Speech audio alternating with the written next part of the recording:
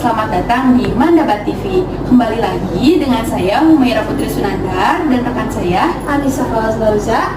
Hari ini, di podcast kali ini kita kedatangan tamu yang sangat spesial di Mandua Kota Bandung, yaitu Ketua OSIS dan Sekretaris Umum pada tahun 2022 dan tahun 2023. Assalamualaikum Kang Teteh. Waalaikumsalam.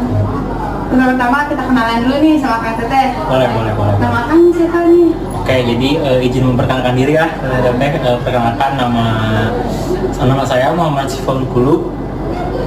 Lahir di Bandung bulan Oktober tanggal 4 2005.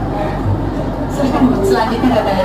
Izin perkenalkan diri ya Kang Teteh. Nama saya Nabila Fatika. Saya biasa dipanggil Nabila atau Bila. Saya lahir di Bandung tanggal 24 Februari 2006. Oh iya teh, tadi lupa biasa dipanggilnya Ahmed ya. Kang Ahmed. Boleh. Kang Ahmed sama Nabila ini dari kelas apa? Oke, mungkin akan ceritanya dari kelas 10 ya. Nah ya, jadi waktu kelas 10 itu Akang karena anak IPS ya, jadi Akang tuh di kelas 10 IPS 1 ya. Nah kemudian setelah beres nih kelas 1-nya, Akang ke kelas 2 di kelas 11 IPS 4 gitu. Kalau Nabila dari kelas mana nih? Oke, kalau aku sendiri itu dari kelas 10 itu kelas 10 IPA 5 dan kelas 11-nya juga sama kelas 11 IPA 5 lagi. Masih tetap ya kalau Iya, Iya. Oke, pertama nih Kang, boleh dong diceritain gimana sih proses pemilihan OSIS saat itu sehingga Akang tuh bisa terpilih sebagai ketua OSIS? Oh iya, jadi waktu itu di bulan 11 ya kira-kira sekolah tuh ada agenda yaitu pemilihan ketua OSIS baru. Nah waktu itu Akang diberi amanah buat jadi salah satu kandidat calon ketua OSIS nomor urut 2 waktu itu. Nah, ya waktu itu setelah Akang membuat visi misi itu karena udah diamanahin itu. Oh ya, ada cerita unik juga gitu ya, pengalaman sebelumnya itu karena ada kabar-kabar bahwasannya Akang mau jadi ketua OSIS gitu.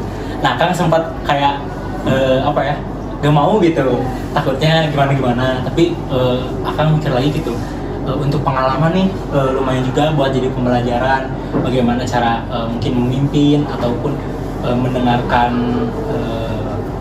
mendengarkan aspirasi dari teman-teman yang lain gitu. Jadi Akang coba aja deh gitu. Nah setelah itu Akang coba, akhirnya Akang tadi yang di nomor 2. Setelah pemilihan Akang maparin visi misi Akang, ada juga beberapa sesi tanya jawab waktu itu tuh. Nah dan alhamdulillah pada saat pemilihan pencoblosan suara Akang gitu yang paling banyak gitu. Alhamdulillah jadi diberi amanah oleh sekolah untuk menjabat atau menjalani tugas sebagai ketua OSIS Mandua. Terus kalau misalnya di pemilihan ini yang ikut mencoblos itu siapa aja sih Kang? Nah ya karena Akang ketua OSIS Mandua ya, otomatis semua orang gitu atau semua yang ada di Mandua ikut buat nyoblos Akang gitu, karena kan mereka juga punya hak suaranya. Jadi waktu itu ada mulai dari guru, para siswa tentunya, dan juga caraka-caraka, dan juga satpam, pokoknya semuanya deh gitu ya. Selanjutnya kita dengerin cerita pengalaman dari Teh Nabila sehingga bisa menjadi sekretaris umum di OSIS Mandua ini. Aku ceritain pengalaman aku dari kelas 10 ya. Jadi kelas 10 itu aku udah pengen jadi OSIS, dan waktu di CV-nya itu waktu pendaftaran OSIS tuh ada 2 pilihan dari aku sendiri, yaitu aku pengen jadi sekretaris 2 dan serpit 1. Pada saat pengumuman OSIS keluar itu tuh alhamdulillah aku kepilih sebagai sekretaris 2 untuk di kelas 10. Nah dan di kelas 11 juga alhamdulillah aku kepilih lagi sebagai sekretaris umum gitu. Oke, selanjutnya nih buat Kang Ahmed, kira-kira apa sih suka duka selama menjadi ketua OSIS selama ini? Oke, suka dukanya yang pastinya banyak ya Teh, banyak banget sih. Mungkin bisa dibilang banyak sukanya kan bilang. Mungkin pastinya banyaknya sukanya itu kita jadi semakin dekat dengan anggota-anggota OSIS yang lainnya gitu, semakin saling melengkapi juga. Mungkin untuk dukanya itu karena punya tanggung jawab gitu ya di sekolah di Mandua gitu. Jadi waktu bersama keluarganya mungkin agak terpotong, waktu mainnya juga jadwal mainnya diubah jadi untuk apa ya, jadi untuk ngerealisasiin program-program yang udah dibuat gitu. Dukanya sih paling itu ya, jadi sukanya malah mungkin bisa dibilang lebih banyak sukanya gitu. Banyak deh kalau diceritain bisa 5 jam. Gitu. Kalau dari Teh Nabila nih suka duka jadi pengurus OSIS, apalagi ini bagian sekretaris umum seperti Teh. Siap. Oke, jadi kalau menurut aku pribadi ya, betul kata sekretaris umum aku, jadi sekretaris 2 di kelas 10 dan jadi sekretaris umum itu berbeda karena memang tanggung jawabnya juga berbeda gitu. Mungkin kalau di waktu dulu aku waktu kelas 10 waktu jadi sekretaris 2 itu aku kebagian jadi yang apa ya, jadi yang nyusun kesimpulan karena kan sekretaris itu ada 3, ada sekretaris umum, sekretaris 1 dan sekretaris 2. Nah jadi ya, kita bertiga itu data sama aku tuh jadi bagi bagi job desk gitu, bagi sekretaris itu gimana, dan kebagian aku waktu di kelas 10 kebagiannya jadi nyusun kesimpulan. Nah untuk di kelas 11 karena aku jadi sekretaris umum, jadi semuanya tuh aku merasa aku yang pegang gitu, dari mulai kayak revisi-revisi yang dari kayak proposal atau kesimpulan dan penggantian lainnya. Oke, terus nih kan di OSIS itu tuh punya kewajiban untuk melaksanakan aspirasi dari anggota OSIS. Gimana nih cara Kang Ahmed sama Teh Nabila buat menyerap aspirasi itu? Izin ya, mungkin dari aku dulu gitu. Kalau misalnya saya pribadi gitu ya, pastinya selalu membuka gitu untuk teman-teman semua yang mau memberikan aspirasinya gitu, keluh kesahnya gitu ya, pastinya juga terbuka gitu karena memang kita juga butuh gitu, karena kalau misalnya mereka nggak memberi aspirasi mereka gitu, kita juga mungkin apa ya, kurang inovatif lagi mungkin ya, bisa bilang begitu. Tapi karena mereka memberi inspirasi, jadi kita pun ada ide nih, ada bahan buat melakukan program-program nih gitu. Jadi tapi pastinya tentunya nggak seluruh aspirasi yang dari siswa-siswa atau siapapun itu langsung diserap dan kita laksanain gitu. Tapi pastinya juga kita menyaring dulu nih, oh kira-kira aspirasi ini bisa kita realisasi ini dan juga banyak manfaatnya.